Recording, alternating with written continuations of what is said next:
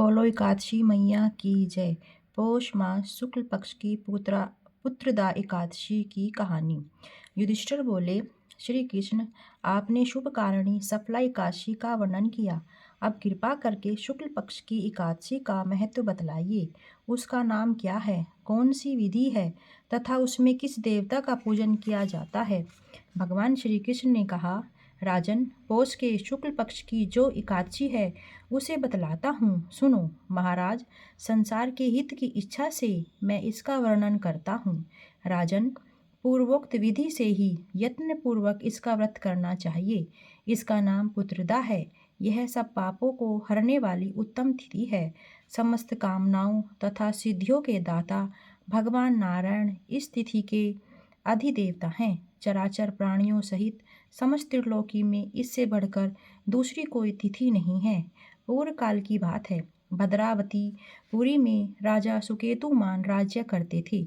उनकी रानी का नाम चंपा था। राजा को बहुत समय तक कोई वंशधर पुत्र नहीं हुआ।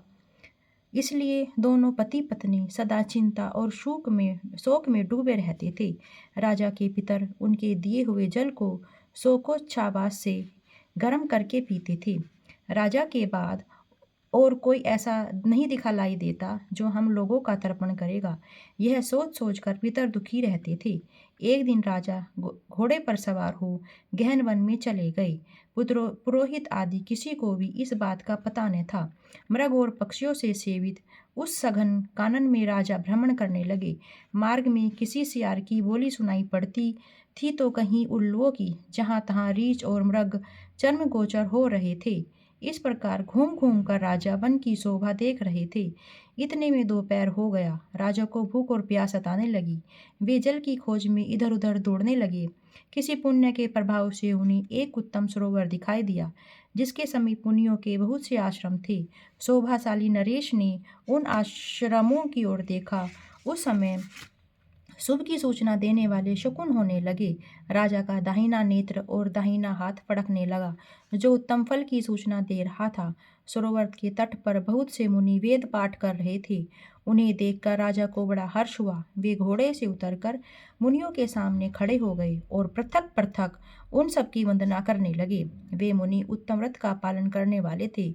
जब राजा ने हाथ जोड़कर बारंबार दंडवत किया तब मुनि बोले, राजन, हम लोग तुम पर प्रसन्न हैं। राजा बोले, आप लोग कौन हैं, आपका नाम क्या है और आप लोग किस लिए यहाँ एकत्रित हुए हैं, यह सब सच सच बताइए।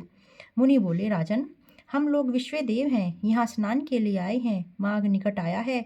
आज से 5वें दिन माघ का स्नान आरंभ हो जाएगा। आज ही पुत्रदा नाम की काशी है, जो व्रत करने वाले मनुष्यों को पुत्र देती है। राजा ने कहा, देव, विश्व देवगण, यदि आप लोग प्रसन्न हैं तो मुझे पुत्र दीजिए। मुनि बोले, राजन, आज के ही दिन पुत्रदायी नाम की काशी है। इसका व्रत बहुत विख्यात है। तुम आज इस उत्तम व्रत का पालन करो। महाराज, भगवान केशव के प्रसाद से तुम्हें अवश्य पुत्र प्राप्त होगा। भगवान श्री कृष्ण कहते हैं, युधिष्ठिर, इस प्रकार उन मुनियों के कहने से राजा ने उत्तम व्रत का पालन किया। महर्षियों के उपदेश के अनुसार विधि पूर्वक पुत्रदा एकादशी का अनुष्ठान किया। फिर द्वादशी को पारण करके मुनियों के चरणों में बारंबार मस्तक झुकाकर राजा अपने घर आए। तदंतर रानी ने गर्भ धारण किया। प्रसव काल आने पर पुण्य कर्मा राजा को तेजस्वी पुत्र प्राप्त हुआ, जिसने अपने गुणों से पिता को संतुष्ट कर दिया। वह प्रजाओं का पालक हुआ। इसलिए राजन, पुत्रदा का उत्तम व्रत अवश्य करना चाहिए। मैंने लोगों के हित के लिए तुम्हारे सामने इसका वर्णन किया है। जो मनुष्य एकाग्रचित होकर पुत्रदा का व्रत करते हैं, वे इस लोक में पुत्र पाकर मृत्यु के पश्चात स्वर्गगामी होते हैं। इस महात्म्य को पढ़ने और सुनने से अग्निष्टोम यज्ञ का फल मिलता है। बोलो एकादशी मैया की जय।